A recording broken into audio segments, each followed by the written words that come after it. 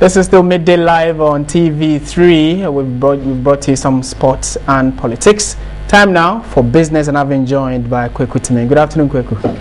Well, good afternoon. It's always awesome joining you to bring the latest updates of business. But I know you've touched on all the politics, social issues, and I can promise you'll be bringing more in just about a while. Yeah. All right, so straight let's go to details. And television gets results just around the early hours of today. TV3 had to broadcast an eminent tomato glut in the Tuba area in the South municipality near Kokru Bite. Well, the Deputy Minister of Agriculture saying that he would be visiting the community. We'll bring you highlights of the story we showed this morning. It is harvest time at Tuba in the South municipality, and these farmers should be preparing to rake in monies they have invested during the planting season. But for most of them, the exact opposite is about to happen. Tomatoes are in season, but there are no buyers. Most of the farmers fear the seasonal tomato glut is imminent. Tomatoes is a perishable commodity, and you can't keep it for long. So what I'm telling the authorities, maybe the government or the Minister of Agri, to maybe have a small factory to do the processing. If they can, we can process the tomatoes here. I mean, these tomatoes can no go waste. But because we don't have that processing machines or whatever it is, that's why these tomatoes at times goes rotten. So if the authorities can help the farmers here to get this the tomato processed, I think it will help a lot.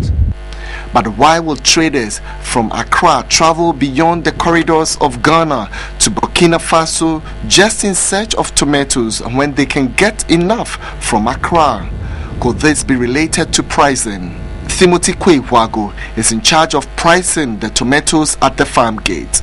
The price ranges from the size of the boxes, because we are having 70 kilogram box. That means the women call it half, then 3/4. Half is about 50 Ghana to 70, while 3/4 is also ranging from 70 to 80 Ghana cedis. While we spend time discussing the predicament of the tomato farmers, Teki Nate, a buyer who inherited the business from her mother, arrived. She selected a lot of the tomatoes and splashed them on the ground, saying it is the farmers' loss. Our customers don't need the soft one, they only need the hard ones. That's why anytime I came here, I only select the hard ones and left the soft ones out. I don't care what the farmers use it for. They just throw it away. They are no of use. Farmers in Tuba cultivate over 250 hectares of tomatoes but suffer the seasonal glut.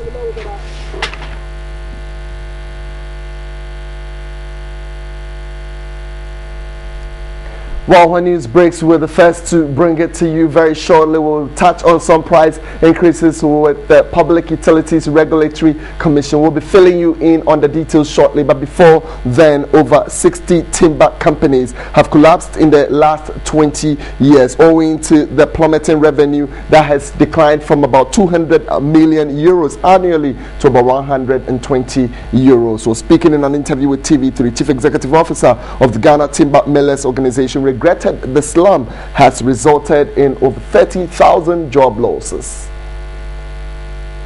120 companies have survived, with only 45 in active business. While majority have been abandoned, others have been turned into fuel stations and bus terminals. Chief Executive Officer of GTMO, Dr. Kwame Asamoah Adam, attributed the dwindling fortunes to high cost of doing business, including electricity, which contributes 15 to 20% to production cost.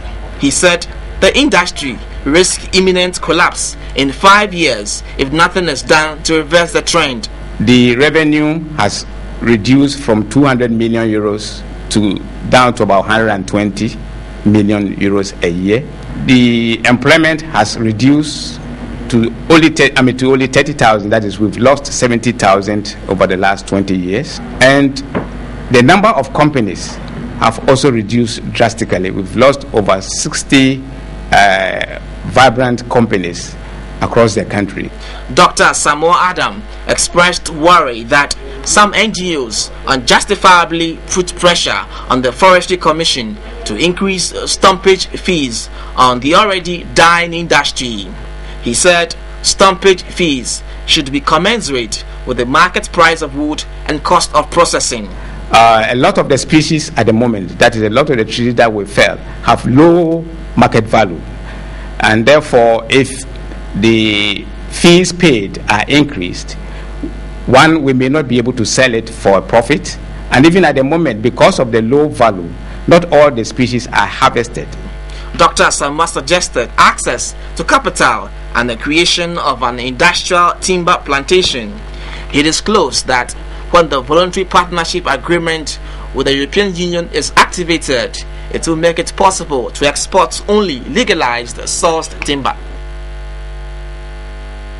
All right, so just some news we're chancing on as it comes in. We'll give it to you now. It's with the Public Utilities Regulatory Commission. Now, they've come up with their tariffs for the fourth quarter of year 2014. If you're expecting that your tariffs might go down, that's with electricity or water, then I'm sorry to say that it might probably see an increase rather. Now, this is a statement coming through from the PURC that after a careful consideration of all the factors that form the basis of the automatic adjustment formula, the Public Utilities Regulatory Commission has reached a determination of an adjustment in electricity and water tariffs for the fourth quarter of year 2014. Now, in this regard, electricity and water tariffs have gone up by 6.54%, and that is for electricity, 6.54% electricity, and water by 4.54% respectively. So this would be how the breakdown will be. Electricity has gone up, that's by the PURC, by 6.54%, and then water by 4.54%. However, because of the poor quality of water service delivery being meted out to the being meted out by the Ghana Water Company, the Commission has decided not to pass on the tariff for water until such a time that the Regulatory Commission is certain that requirements that protect the consumer are met. So the PURC, of course, is saying they will halt that one for water until they realize that the consumers' needs are met. The Commission also, in its deliberations, considered the current inadequate electricity supply situation, which has resulted in the load shedding in the country and its impact on consumers and customers of the electricity and water companies. Now, the tariff increase as it stands is only meant to help ameliorate the impact of the incumbent situation of